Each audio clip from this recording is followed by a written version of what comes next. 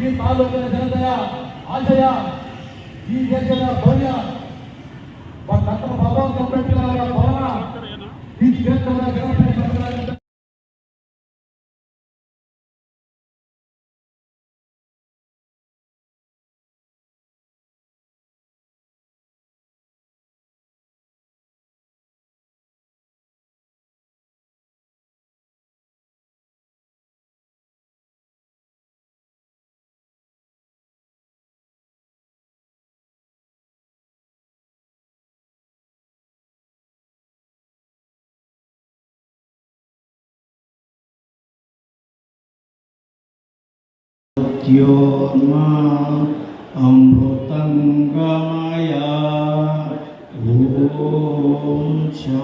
ಕಾಲದಲ್ಲಿ ಪ್ರತಿಯೊಂದು ಹಂತದಲ್ಲಿ ಪ್ರತಿಯೊಂದು ಸಂದರ್ಭದಲ್ಲಿ ಅಂಬೇಡ್ಕರ್ ಅವರ ಜೀವನ ಬಹುಶಃ ನಮ್ಮೆಲ್ಲರಿಗೂ ಸ್ಫೂರ್ತಿದಾಯಕ ಅಂತಕ್ಕಂಥ ಮಾತನ್ನು ನಾನು ಹೇಳಲಿಕ್ಕೆ ಬಯಸ್ತೇನೆ. ಒಂದು ಶೋಷಿತ ವರ್ಗದ ಒಬ್ಬ ಕುಡಿಯಾಗಿ ಬ್ರಿಟಿಷ್ ಸಂಸ್ಥಾನ, ಬ್ರಿಟಿಷ್ ಸಾಮ್ರಾಜ್ಯದ ಆ ಅವಧಿಯಲ್ಲಿ, ಆಡಳಿಕೆಯ ಅವಧಿಯಲ್ಲಿ ಅವರು ಒಂದು ಮೇರು ಮಟ್ಟಕ್ಕೆ ಒಂದು ವಿದ್ಯಾವಂತರಾಗಿ, ಆರ್ಥಿಕ ತಜ್ಞರಾಗಿ, ಕಾನೂನು ಪಂಡಿತರಾಗಿ ಅವರು ಪಡೆದಂಥ ಶಿಕ್ಷಣ, ವಿದೇಶಗಳಲ್ಲಿ ಅವರು ಪಡೆದಂಥ ಶಿಕ್ಷಣ ಮತ್ತು ನಂತರ ಅವರು ಈ ದೇಶಕ್ಕೆ ಕೊಟ್ಟಿರ್ತಕ್ಕಂಥ ಪವಿತ್ರ ಗ್ರಂಥ ನಮ್ಮ ಈ ದೇಶದ ಸಂವಿಧಾನ, ಇವೆಲ್ಲದರ ವಿಚಾರವನ್ನು ನಾವು ಅವಲೋಕಿಸಿದಾಗ ಬಹುಶಃ ಮತ್ತೊಬ್ಬ ಅಂಬೇಡ್ಕರ್ ಹುಟ್ಟಲಿಕ್ಕೆ ಸಾಧ್ಯ ಇದೆಯಾ ಅಂತಕ್ಕಂಥದ್ದು ನಮಗೆಲ್ರಿಗೂ ಕಾಡ್ತಕ್ಕಂಥ ಪ್ರಶ್ನೆ. ಖಂಡಿತ ಮತ್ತೊಬ್ಬ ಅಂಬೇಡ್ಕರ್ ಅವರೊಂದು ರೀತಿ ಎಲ್ಲವನ್ನು ಗ್ರಹಿಸಿರ್ತಕ್ಕಂಥ, ಎಲ್ಲ ಜ್ಞಾನವನ್ನು, ಎಲ್ಲ ವಿಷಯಗಳನ್ನು, ಪರಿಣಿತಿಯನ್ನು ಹೊಂದಿರತಕ್ಕಂಥ ಯಾವುದಾದ್ರೂ ಒಬ್ಬ ವ್ಯಕ್ತಿ ಬಹುಶಃ ನನ್ನ ಮಟ್ಟಿಗೆ ಪ್ರಪಂಚದಲ್ಲಿ ಯಾರಾದರೂ ಇದ್ದಿದ್ರೆ ಇದ್ದಾರೆ ಅಂತ ಹೇಳಿದ್ರೆ ಬಹುಶಃ ಅವರು B.R. ಅಂಬೇಡ್ಕರ್ ಅವ್ರು ಬಿಟ್ಟರೆ ಬೇರೆ ಯಾರು ಇರಲಿಕ್ಕೆ ಸಾಧ್ಯ ಇಲ್ಲ ಅಂತಕ್ಕಂಥ ಮಾತನ್ನು ನಾನು ಹೇಳಲಿಕ್ಕೆ ಬಯಸ್ತೇನೆ. B.R. ಅಂಬೇಡ್ಕರ್ ಅವರು ಕೊಟ್ಟಿರ್ತಕ್ಕಂಥ ಸಂವಿಧಾನ, ಅವರ ಸಂವಿಧಾನದ ಅಡಿಯಲ್ಲಿ ಇವತ್ತು ನಾವೆಲ್ಲರೂ ಇಲ್ಲಿ ವೇದಿಕೆಯಲ್ಲಿ ಇರ್ತಕ್ಕಂಥ ಪ್ರತಿಯೊಬ್ಬರು ಕಾರ್ಯಾಂಗ ಇರ್ಬೋದು, ರಾಜ್ಯಾಂಗ ಇರ್ಬೋದು ಅಥವಾ ನ್ಯಾಯಾಂಗ ಇರ್ಬೋದು, ಇವೆಲ್ಲ ಅಂಗಗಳಲ್ಲಿ ಯಾರ್ಯಾರು ನಾವು ಜವಾಬ್ದಾರಿಗಳನ್ನು ಹೊತ್ಕೊಂಡಿದ್ದೇವೆ. ನಾವೆಲ್ಲರೂ B.R. ಅಂಬೇಡ್ಕರ್ ಅವರ ಜೀವಿತ ಕಾಲದ ಅನುಭವದ ಅಡಿಯಲ್ಲಿ ನಮಗೆ ಕೊಟ್ಟಿರ್ತಕ್ಕಂಥ ಸಂವಿಧಾನದ ಆಶಯದಲ್ಲಿ ನಾವು ಇವತ್ತೆಲ್ಲರೂ ತಮ್ಮ ಮುಂದೆ ನಿಂತು ಮಾತಾಡುವಂಥ ಅವಕಾಶ ಆಗ್ತಾ ಇದೆ. ಅದರಿಂದ ಬಹಳ ವಿಸ್ತೃತವಾಗಿ ಹನುಮಂತಯ್ಯನವರು ಅಂಬೇಡ್ಕರ್ ಅವರ ಬಗ್ಗೆ ಹೇಳಿದರು. ಇವತ್ತು ಅಂಬೇಡ್ಕರ್ ಅವರ ಹೆಸರು ಎಷ್ಟು ಮಟ್ಟಿಗಿದೆ ಅಂದರೆ ಲಂಡನ್ ಸ್ಕೂಲ್ ಆಫ್ ಎಕನಾಮಿಕ್ಸ್ ಅಲ್ಲಿ ಪ್ರಪಂಚದ ಶ್ರೇಷ್ಠ ಆರ್ಥಿಕ ತಜ್ಞ ಬಿ ಆರ್ ಅಂಬೇಡ್ಕರ್ ಅಂತೇಳಿ ಅವರದೊಂದಲ್ಲಿ ಪ್ಲಾಟ್ ಅನ್ನು ಒಂದು ಹಾಕಿದ್ದಾರೆ ಅಂತೇಳಿ ನಾನು ಕೇಳ್ಪಟ್ಟೆ.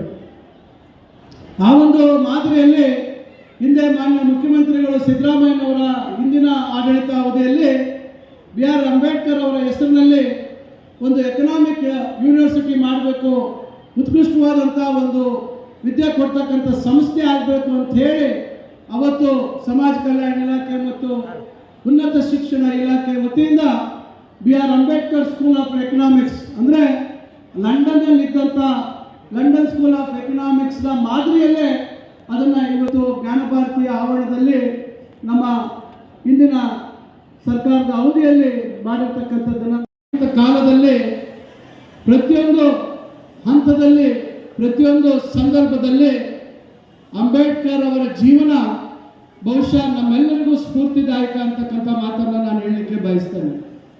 ಒಂದು ಶೋಷಿತ ವರ್ಗದ ಒಬ್ಬ ಕುಡಿಯಾಗಿ ಬ್ರಿಟಿಷ್ ಸಂಸ್ಥಾನ ಬ್ರಿಟಿಷ್ ಸಾಮ್ರಾಜ್ಯದ ಆ ಅವಧಿಯಲ್ಲಿ ಆಡಳಿಕೆಯ ಅವಧಿಯಲ್ಲಿ ಅವರು ಒಂದು ಮೇರು ಮಟ್ಟಕ್ಕೆ ಒಂದು ವಿದ್ಯಾವಂತರಾಗಿ ಆರ್ಥಿಕ ತಜ್ಞರಾಗಿ ಕಾನೂನು ಪಂಡಿತರಾಗಿ ಅವರು ಪಡೆದಂಥ ಶಿಕ್ಷಣ, ವಿದೇಶಗಳಲ್ಲಿ ಅವರು ಪಡೆದಂಥ ಶಿಕ್ಷಣ ಮತ್ತು ನಂತರ ಅವರು ಈ ದೇಶಕ್ಕೆ ಕೊಟ್ಟಿರ್ತಕ್ಕಂಥ ಪವಿತ್ರ ಗ್ರಂಥ ನಮ್ಮ ಈ ದೇಶದ ಸಂವಿಧಾನ, ಇವೆಲ್ಲದರ ವಿಚಾರವನ್ನು ನಾವು ಅವಲೋಕಿಸಿದಾಗ ಬಹುಶಃ ಮತ್ತೊಬ್ಬ ಅಂಬೇಡ್ಕರ್ ಹುಟ್ಟಲಿಕ್ಕೆ ಸಾಧ್ಯ ಇದೆಯಾ ಅಂತಕ್ಕಂಥದ್ದು ನಮ್ಗೆಲ್ರಿಗೂ ಕಾಡ್ತಕ್ಕಂಥ ಪ್ರಶ್ನೆ. ಖಂಡಿತ ಮತ್ತೊಬ್ಬ ಅಂಬೇಡ್ಕರ್ ಅವರೊಂದು ರೀತಿ ಎಲ್ಲವನ್ನು ಗ್ರಹಿಸಿರ್ತಕ್ಕಂಥ ಎಲ್ಲ ಜ್ಞಾನವನ್ನು ಎಲ್ಲ ವಿಷಯಗಳನ್ನು ಪರಿಣಿತಿಯನ್ನು ಹೊಂದಿರತಕ್ಕಂಥ ಯಾವುದಾದ್ರೂ ಒಬ್ಬ ವ್ಯಕ್ತಿ ಬಹುಶಃ ನನ್ನ ಮಟ್ಟಿಗೆ ಪ್ರಪಂಚದಲ್ಲಿ ಯಾರಾದರೂ ಇದ್ದಿದ್ರೆ ಇದ್ದಾರೆ ಅಂತ ಹೇಳಿದ್ರೆ ಬಹುಶಃ ಅವರು ಬಿ ಆರ್ ಅಂಬೇಡ್ಕರ್ ಅವ್ರು ಬಿಟ್ಟರೆ ಬೇರೆ ಯಾರು ಇರಲಿಕ್ಕೆ ಸಾಧ್ಯ ಇಲ್ಲ ಅಂತಕ್ಕಂಥ ಮಾತನ್ನು ನಾನು ಹೇಳಲಿಕ್ಕೆ ಬಯಸ್ತೇನೆ. ಬಿ ಆರ್ ಅಂಬೇಡ್ಕರ್ ಅವರು ಕೊಟ್ಟಿರ್ತಕ್ಕಂಥ ಸಂವಿಧಾನ, ಅವರ ಸಂವಿಧಾನದ ಅಡಿಯಲ್ಲಿ ಇವತ್ತು ನಾವೆಲ್ಲರೂ ಇಲ್ಲಿ ವೇದಿಕೆಯಲ್ಲಿ ಇರ್ತಕ್ಕಂಥ ಪ್ರತಿಯೊಬ್ಬರು ಕಾರ್ಯಾಂಗ ಇರ್ಬೋದು, ರಾಜ್ಯಾಂಗ ಇರ್ಬೋದು ಅಥವಾ ನ್ಯಾಯಾಂಗ ಇರ್ಬೋದು, ಇವೆಲ್ಲ ಅಂಗಗಳಲ್ಲಿ ಯಾರ್ಯಾರು ನಾವು ಜವಾಬ್ದಾರಿಗಳನ್ನು ಹೊತ್ಕೊಂಡಿದ್ದೇವೆ. ನಾವೆಲ್ಲರೂ ಬಿ ಆರ್ ಅಂಬೇಡ್ಕರ್ ಅವರ ಜೀವಿತ ಕಾಲದ ಅನುಭವದ ಅಡಿಯಲ್ಲಿ ನಮಗೆ ಕೊಟ್ಟಿರ್ತಕ್ಕಂಥ ಸಂವಿಧಾನದ ಆಶಯದಲ್ಲಿ ನಾವು ಇವತ್ತೆಲ್ಲರೂ ತಮ್ಮ ಮುಂದೆ ನಿಂತು ಮಾತಾಡುವಂಥ ಅವಕಾಶ ಆಗ್ತಾ ಇದೆ. ಅದರಿಂದ ಬಹಳ ವಿಸ್ತೃತವಾಗಿ ಹನುಮಂತಯ್ಯನವರು ಅಂಬೇಡ್ಕರ್ ಅವರ ಬಗ್ಗೆ ಹೇಳಿದರು. ಇವತ್ತು ಅಂಬೇಡ್ಕರ್ ಅವರ ಹೆಸರು ಎಷ್ಟು ಮಟ್ಟಿಗಿದೆ ಅಂದರೆ ಲಂಡನ್ ಸ್ಕೂಲ್ ಆಫ್ ಎಕನಾಮಿಕ್ಸ್ ಅಲ್ಲಿ ಪ್ರಪಂಚದ ಶ್ರೇಷ್ಠ ಆರ್ಥಿಕ ತಜ್ಞ ಬಿ ಆರ್ ಅಂಬೇಡ್ಕರ್ ಅಂತೇಳಿ ಅವರದೊಂದಲ್ಲಿ ಪ್ಲಾಟ್ ಅನ್ನು ಒಂದು ಹಾಕಿದ್ದಾರೆ ಅಂತೇಳಿ ನಾನು ಕೇಳ್ಪಟ್ಟೆ. ಆ ಒಂದು ಮಾದರಿಯಲ್ಲಿ ಹಿಂದೆ ಮಾನ್ಯ ಮುಖ್ಯಮಂತ್ರಿಗಳು ಸಿದ್ದರಾಮಯ್ಯನವರ ಹಿಂದಿನ ಆಡಳಿತ ಅವಧಿಯಲ್ಲಿ ಬಿ ಆರ್ ಅಂಬೇಡ್ಕರ್ ಅವರ ಹೆಸರಿನಲ್ಲಿ ಒಂದು ಎಕನಾಮಿಕ್ ಯೂನಿವರ್ಸಿಟಿ ಮಾಡಬೇಕು, ಉತ್ಕೃಷ್ಟವಾದಂಥ ಒಂದು ವಿದ್ಯೆ ಕೊಡ್ತಕ್ಕಂಥ ಸಂಸ್ಥೆ ಆಗಬೇಕು ಅಂತ ಹೇಳಿ ಅವತ್ತು ಸಮಾಜ ಕಲ್ಯಾಣ ಇಲಾಖೆ ಮತ್ತು ಉನ್ನತ ಶಿಕ್ಷಣ ಇಲಾಖೆ ವತಿಯಿಂದ B R Ambedkar school of economics ಅಂದರೆ ಲಂಡನ್ನಲ್ಲಿದ್ದಂಥ ಲಂಡನ್ ಸ್ಕೂಲ್ ಆಫ್ ಎಕನಾಮಿಕ್ಸ್ನ ಮಾದರಿಯಲ್ಲೇ ಅದನ್ನು ಇವತ್ತು ಜ್ಞಾನಭಾರತಿಯ ಆವರಣದಲ್ಲಿ ನಮ್ಮ ಹಿಂದಿನ ಸರ್ಕಾರದ ಅವಧಿಯಲ್ಲಿ ಮಾಡಿರ್ತಕ್ಕಂಥದ್ದನ್ನು ಈ ಸಂದರ್ಭದಲ್ಲಿ ಹೇಳಕ್ಕೆ ಬಯಸ್ತೇನೆ. ಇವತ್ತು ನಮ್ಮ ಶಿವಮೊಗ್ಗ ನಗರಸಭೆಯಲ್ಲಿ ಇವತ್ತು ನಮ್ಮ ಶಿವಮೊಗ್ಗ ಟೌನ್ನಲ್ಲಿ ಒಂದು ಡಾಕ್ಟರ್ ಬಾಬಾ ಸಾಹೇಬ್ ಅಂಬೇಡ್ಕರ್ ಅವರ ಭವನ ಮತ್ತು ಈ ತಾಲೂಕಿನ ನೌಕರರ ಭವನ ಮತ್ತು ಶಿಕ್ಷಕರ ಭವನ, ಈ ಮೂರು ಇವತ್ತು ಒಂದು ಶಿಕ್ಷಣ, ಒಂದು ಕಾರ್ಯ ನೌಕರರು ಮತ್ತು ಬಡವರಿಗೆ ಅನುಕೂಲ ಆಗಬೇಕು ಅನ್ನೋ ನಿಟ್ಟಿನಲ್ಲಿ ಇವತ್ತು ನಾವು ಈ ಜಾಗದಲ್ಲಿ ಅಂಬೇಡ್ಕರ್ ಭವನವನ್ನು ಕಟ್ಟಲಿಕ್ಕೆ ತಮ್ಮೆಲ್ಲರ ಒಂದು ಆಶೀರ್ವಾದ, ನಮ್ಮ ಉಸ್ತುವಾರಿ ಸಚಿವರು ಸಹ ಸಂಪೂರ್ಣವಾಗಿ ಇವತ್ತು ನಾವು ಯಾವುದೇ ಕಾರ್ಯಕ್ರಮಗಳನ್ನು ಮಾಡಬೇಕಂತ ಹೋದಾಗ, ನಾವು ಯಾವುದೇ ಅಭಿವೃದ್ಧಿ ಕೆಲಸಗಳಿಗೆ ಹೋದಾಗ ಹೆಚ್ಚಿನ ಸಹಕಾರವನ್ನು ಕೊಡ್ತಾ ಇದ್ದೀವಿ. ಇವತ್ತು ಈ ಒಂದು ಕ್ಷೇತ್ರದ ಏನು ನಮಗಾಗಿ ದುಡಿದು ಹಲವಾರು ಮುಖಂಡರು, ನಮ್ಮ ಸ್ನೇಹಿತರು, ಕಾರ್ಯಕರ್ತರು ಅವರು ಕೊಟ್ಟಿರ್ತಕ್ಕಂಥ ಒಂದು ಆಶೀರ್ವಾದದಿಂದ ಇವತ್ತು ನಾನು ಈ ಅಂಬೇಡ್ಕರ್ ಜಯಂತಿಯಲ್ಲಿ ನಾನು ಪಾಲ್ಗೊಳ್ಳೋಕ್ಕೆ ಇವತ್ತು ಅವಕಾಶ ಆಗಿದೆ. ಈ ಸಂದರ್ಭದಲ್ಲಿ ಅವರೆಲ್ಲರಿಗೂ ನಾನು ಧನ್ಯವಾದಗಳು ಹೇಳಕ್ಕೆ ಬಯಸ್ತಾ ಇದ್ದೇನೆ. ಏನು ಇವತ್ತು ನಮ್ಮ ಶಿಡ್ಲಘಟ್ಟ ವಿಧಾನಸಭಾ ಕ್ಷೇತ್ರದಲ್ಲಿ ಇವತ್ತು ನಮ್ಮ ರಾಜ್ಯದಲ್ಲಿ 224 ಕ್ಷೇತ್ರಗಳ ಪೈಕಿ ಅತ್ಯಂತ ಹಿಂದುಳಿದಿರ್ತಕ್ಕಂಥ ಕ್ಷೇತ್ರ ಯಾವುದಾದ್ರು ಇದ್ರೆ ಅದು ಶಿಡ್ಲಘಟ್ಟ ವಿಧಾನಸಭಾ ಕ್ಷೇತ್ರ. ಏನಿವತ್ತು ನಮ್ಮ ಶಿಡ್ಲಘಟ್ಟ ನಗರದಲ್ಲಿ ನಮಗೆ ಸ್ವತಂತ್ರ ಬಂದು 78 ವರ್ಷ ಆಗಿದೆ. ಸ್ವಾತಂತ್ರ್ಯ ಬಂದು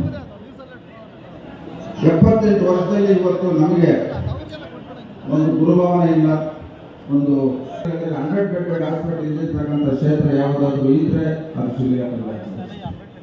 ಇವತ್ತು ನಿರಂತರವಾಗಿ ನಾವು ಪ್ರಯತ್ನವನ್ನು ಪಟ್ಟು ಇವತ್ತು 3 ಕಾರ್ಯಗಳಿಗೆ ಇವತ್ತು ನಾವು ಚಾಲನೆಯನ್ನು ಕೊಟ್ಟಿದ್ದೇವೆ. ಮುಂದೆ ನಮ್ಮ ಗುರಿ ಇರ್ತಕ್ಕಂಥದ್ದು ಈ ಒಂದು ತಾಲೂಕಿನಲ್ಲಿ 100 ಬೆಡ್ ಹಾಸ್ಪಿಟಲ್ ಮಾಡಬೇಕು.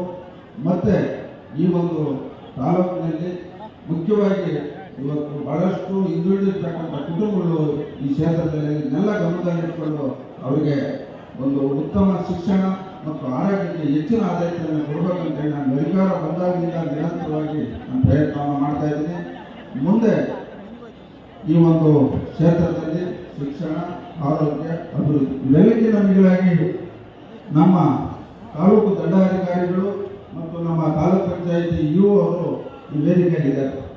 ಈ ವೇದಿಕೆ ಮುಖಾಂತರ ಅವರು ಗಮನ ತರ್ತಕ್ಕಂಥ ಒಂದು ವಿಚಾರ ಏನಿವತ್ತು ನಮ್ಮ ಶಿಡ್ಲಘಟ್ಟ ವಿಧಾನಸಭಾ ಕ್ಷೇತ್ರದಲ್ಲಿ ಇವತ್ತು ಒಟ್ಟು 34 ಗ್ರಾಮ ಪಂಚಾಯಿತಿ ಇದೆ. ಆದರೆ ನಮ್ಮ ಶಿಡ್ಲಘಟ್ಟ ತಾಲೂಕಿನಲ್ಲಿ 28 ಗ್ರಾಮ ಪಂಚಾಯಿತಿ ಇದೆ.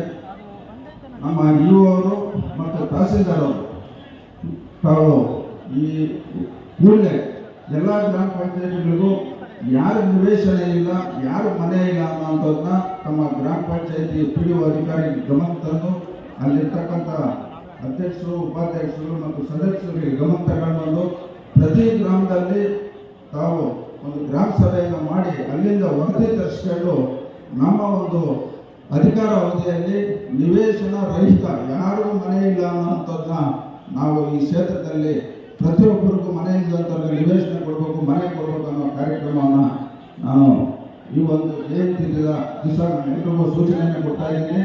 ನಿರಂತರವಾಗಿ ಈ ಕ್ಷೇತ್ರದಲ್ಲಿ ಪ್ರತಿಯೊಬ್ಬರಿಗೂ ನಿವೇಶನ, ಮನೆ ಕೊಡ್ತಕ್ಕಂಥ ಕೆಲಸ ನಾನು ಪ್ರಾಮಾಣಿಕತೆಯಿಂದ ನಾನು ಮಾಡ್ತೀನಿ ಅಂತ ಈ ಸಂದರ್ಭದಲ್ಲಿ ಹೇಳ್ತಾ, ಅದೇ ರೀತಿ ಇವತ್ತು ನಮ್ಮ ತಾಲೂಕಿನಲ್ಲಿ 100 ಬೆಡ್ ಹಾಸ್ಪಿಟ್ಲು ಇಲ್ಲ ಅಂತ ಇವತ್ತು ನಮ್ಮ ಉಸ್ತುವಾರಿ ಸಚಿವರು ಮತ್ತು ಆರೋಗ್ಯ ಸಚಿವರು ಗಮನ ತಂದಿದ್ದೀನಿ. ಮುಂದಿನ ವರ್ಷ 100 ಬೆಡ್ ಹಾಸ್ಪಿಟ್ಲಿಗೆ ಅನುಮತಿ ಕೊಡ್ತೀನಿ ಅಂತ ಹೇಳಿದ್ದಾರೆ. ಈಗ ಜಾಗ ಕೂಡ ನಾವು ಸುಮಾರು ಭಾಗದಲ್ಲಿ ಇವತ್ತು ಜಾಗವನ್ನು ಹುಡುಕ್ತಾ ಇದ್ದೀವಿ. 100 ಬೆಡ್ ಹಾಸ್ಪಿಟ್ಲು ಸಹ ನಾವು ಈ ಒಂದು ತಾಲೂಕಿನಲ್ಲಿ ಮಾಡ್ತೀವಿ ಅಂತ ಈ ಸಂದರ್ಭದಲ್ಲಿ ತಮ್ಮೆಲ್ಲರೂ ಗಮನ ತರ್ತಾ, ಇವೆಲ್ಲಕ್ಕಿಂತ ಮಿಗಿಲಾಗಿ ನಾನು ಈ ಸಂದರ್ಭದಲ್ಲಿ ಎರಡು ಮಾತಾಡ್ತೀನಿ. ಏನಂತಂದರೆ ಇವತ್ತು ನಮ್ಮ ಭಾರತ ದೇಶದಲ್ಲಿ 140 ಕೋಟಿ ಜನ ನೆಮ್ಮದಿಯಿಂದ ಬದುಕಲಿಕ್ಕೆ ಕಾರಣ ಡಾಕ್ಟರ್ ಬಾಬಾ ಸಾಹೇಬ್ ಅಂಬೇಡ್ಕರ್ ಅವರು. ಅವರ ಬರೆದಂಥ ಒಂದು ಸಂವಿಧಾನ ಅಂತ ನಾನು ಈ ಸಂದರ್ಭದಲ್ಲಿ ಹೇಳಬೇಕು.